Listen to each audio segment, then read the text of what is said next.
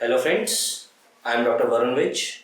I am Senior Consultant, Newborn and Child Specialist at Max Mart Saket Super Speciality Hospital, Saket Delhi. आज हम बात करेंगे एक नवजात शिशु को होने वाली कुछ बीमारियों के बारे में जो कि बच्चे की सेहत के ऊपर कुछ असर कर सकती हैं और कुछ ऐसी बीमारियां जिनका सेहत के ऊपर कोई असर नहीं होता है। हमने देखा है कि जब भी एक नवजात शिशु पैदा होता है, ज़्यादातर उसकी छुट्टी, चाहे वो नॉर्मल डिलीवरी हो चाहे वो सिजेरियन से डिलीवरी हो, 1 से 3 दिन के अंदर हो जाती है। जब हम बच्चों को घर भेजते हैं तो हम पेरेंट्स को कुछ चीज़ें ऐसी समझा के भेजते हैं, जैसे कि किस तरीके से उनको हाइजीन का ख्याल करना है घर के ऊपर, किस तरह से उनको फीडिंग का ध्यान रखना है, कैसे उनको बच्चों की न्यूट्रिशन के ऊपर ध्यान रखना है। हम ये चीज़ें अधिकतर समझा के भेजते हैं। कुछ बीमारियां नवजात शिशु को होती हैं जिनकी वजह से हम पेरेंट्स को चौथे या 5वें दिन पे वापस बुलाते हैं, जिनके बारे में हम चेक करते हैं एंड उसके बारे में फिर हम पेरेंट्स को सलाह देते हैं। सबसे कॉमन बीमारी जो होती है वो होती है नवजात शिशु को एक जॉन्डिस की बीमारी। ये जॉन्डिस एक एडल्ट या एक बड़ों को जो जॉन्डिस होता है उससे बिल्कुल अलग है। कहना चाहिए कि जब नवजात शिशु में जब जॉन्डिस होता है तो ये एक तरह की बीमारी नहीं है। इससे बहुत ज़्यादा घबराने की ज़रूरत नहीं है।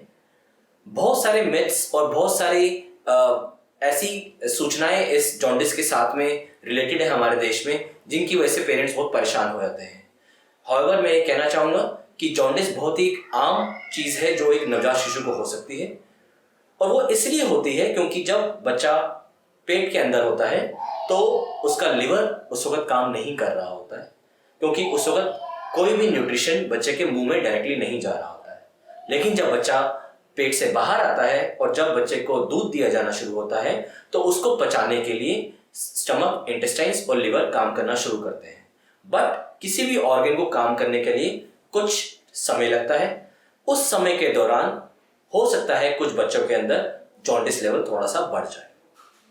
ज़्यादातर ये जॉन्डिस दूसरे से तीसरे दिन से बढ़ना शुरू होता है, 5वें से 6ठे दिन पे अपने पीक पे पहुंचता है और उसके बाद फिर कम होना शुरू हो जाता है। ज़्यादातर बच्चों में देखा गया है कि ये जॉन्डिस 8वें से 10वें से 12वें दिन के अंदर कंट्रोल में आ जाता है, जिसके लिए कुछ भी नहीं करना होता है। लेकिन जब डॉक्टर आपको बुलाते हैं विजिट के लिए इन दी ओपीडी, तो जब वो जॉन्डिस लेवल चेक करते हैं, ज़्यादातर ये देखा गया है कि जॉन्डिस लेवल के लिए हमें कुछ नहीं करना पड़ता है। बट कई बच्चों के अंदर अगर जॉन्डिस की मात्रा एक certain limit for that day अगर वो बढ़ जाती है तो फिर हमें बच्चे को भर्ती करके अस्पताल में उसको एक स्पेशलाइज्ड फोटोथेरेपी लाइट्स के अंदर रखना पड़ता है, जो कि एक तरह की यूवी रेज होती हैं इन अ पर्टिकुलर वेवलेंथ, जो कि उस जॉन्डिस को कम कर देती है। ये जॉन्डिस कोई लॉन्ग टर्म बीमारी नहीं है। ऐसा बहुत ही कम देखा गया है कि ये जॉन्डिस एक बार फोटोथेरेपी लाइट्स बंद करने के बाद में दोबारा हो। अगर होता भी है तो भी उसका उछाल इतना नहीं होता है कि उसके लिए दोबारा भर्ती करना पड़े। सो ऑल इन ऑल जो जॉन्डिस की जो बीमारी है जो नवजात शिशु में होती है वो शुरू के 8 से 10 दिन के लिए ही होता है, उसके बाद ऐसी कोई समस्या नहीं होती है। कई बार माँ का ब्लड ग्रुप नेगेटिव या फिर ओ ब्लड ग्रुप हो और बच्चे का ब्लड ग्रुप पॉजिटिव या फिर ए और बी हो, यानी कि माँ का ब्लड ग्रुप और बच्चे के ब्लड ग्रुप अगर आपस में मेल नहीं खाते हैं तो ये जॉन्डिस की सिवियरिटी थोड़ी सी बढ़ सकती है। बट अगेन सही समय पे अगर डॉक्टर से मिला जाए इन दी ओपीडी और सही समय पे इसकी पहचान कर ली जाए तो इसका कोई दुष्परिणाम आगे जाके नहीं देखने को मिलता है। बट हैविंग सेड दैट, अगर हम इसको अवॉइड करें और अगर हम इसको नज़रअंदाज करें तो कई केसेस में देखा गया है कि जब जॉन्डिस की मात्रा बहुत ज़्यादा बढ़ जाती है तो वो दिमाग के ऊपर असर करती है और बच्चा जिंदगी भर के लिए अपंग हो सकता है।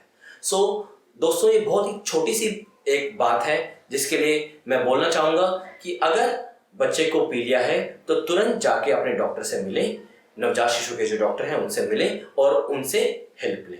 इसको अवॉइड नहीं करना है, बट एक बहुत ही सिंपल इलाज है और कोई इसके लॉन्ग टर्म कॉन्सिक्वेंसेस नहीं है, तो इसलिए इसको नज़रअंदाज करने का कोई फायदा नहीं। जो दूसरी बीमारियां हम न्यूबॉर्न के अंदर पीरियड के अंदर देखते हैं, कई बार बच्चे का अगर हम हाइजीन के ऊपर ख्याल ना करें या फिर अगर किसी को घर में खांसी जुकाम हो तो बच्चे को अगर वो टच करें बिना हाथ धोए, बिना हाइजीन को मेंटेन करें एंड बच्चे को बार बार मुंह पे आके चूमे, तो कई बार जो एक एडल्ट को जो इन्फेक्शंस होते हैं वो ट्रांसफर हो जाते हैं from the nasal droplets to the newborn babies. क्योंकि न्यूबॉर्न्स की इम्यूनिटी बहुत कम होती है, तो जो वातावरण में जो बैक्टीरियाज और वायरसेस हैं या फिर किसी बीमार इंसान से जो बैक्टीरिया और वायरसेस उस न्यूबॉर्न को बहुत ही मेजर वे में इफेक्ट कर सकते हैं, इन्फेक्शन कर सकते हैं और निमोनिया भी कर सकते हैं। निमोनिया के जो लक्षण होते हैं न्यूबॉर्न पीरियड के अंदर वो होते हैं कि तेज से सांस लेना, बच्चे का दूध ठीक से नहीं पीना, कई बार बच्चे का सुस्त पड़ जाना, बच्चे का यूरिन आउटपुट कम हो जाना और बच्चे की पसली चलना शुरू हो जाना।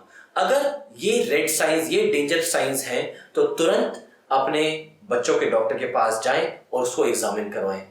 ये बीमारी बहुत ही घातक रूप ले सकती है, तो इसलिए जब भी कभी ऐसे कोई सिम्टम्स अगर बच्चों में दिखाई दे तो तुरंत अपने डॉक्टर से संपर्क करें।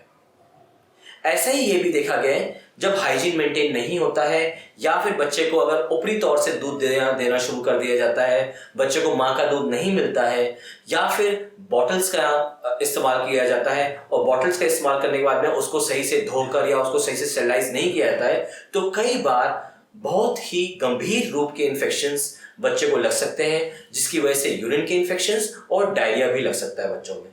बच्चों में जब डायरिया लगता है तो हमें सबसे ज़्यादा जो चिंता रहती है वो इस चीज़ की रहती है कहीं बच्चों में पानी की कमी तो नहीं हो रही है या फिर बच्चों में नमक की मात्रा, सोडियम की मात्रा तो बहुत ज़्यादा नहीं बढ़ गई है। अगर ऐसा होता है तो उसकी वजह से बच्चों के दिमाग के ऊपर असर पड़ सकता है, बच्चे की जान के ऊपर भी खतरा हो सकता है।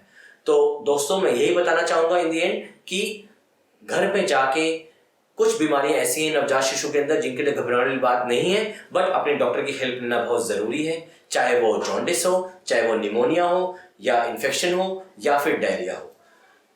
हाइजीन का बहुत ज़्यादा ख्याल रखने की ज़रूरत है। Hand washing is a must. Hand washing के बगैर अच्छे से हाथ को धोकर, चाहे जब भी बच्चे ने सुसु किया हो या फिर बच्चे ने जब पॉटी किया हो उसको साफ करने के बाद में अच्छे से हाथ धोने हैं। बच्चों को छूने से पहले अच्छे से हाथ धोने हैं। मुंह पे नहीं चूमना है बच्चों को। इन सब चीज़ों का जब हम ख्याल करेंगे तो बहुत सारी घातक बीमारियों से हम बच्चों का बचाव कर सकते हैं।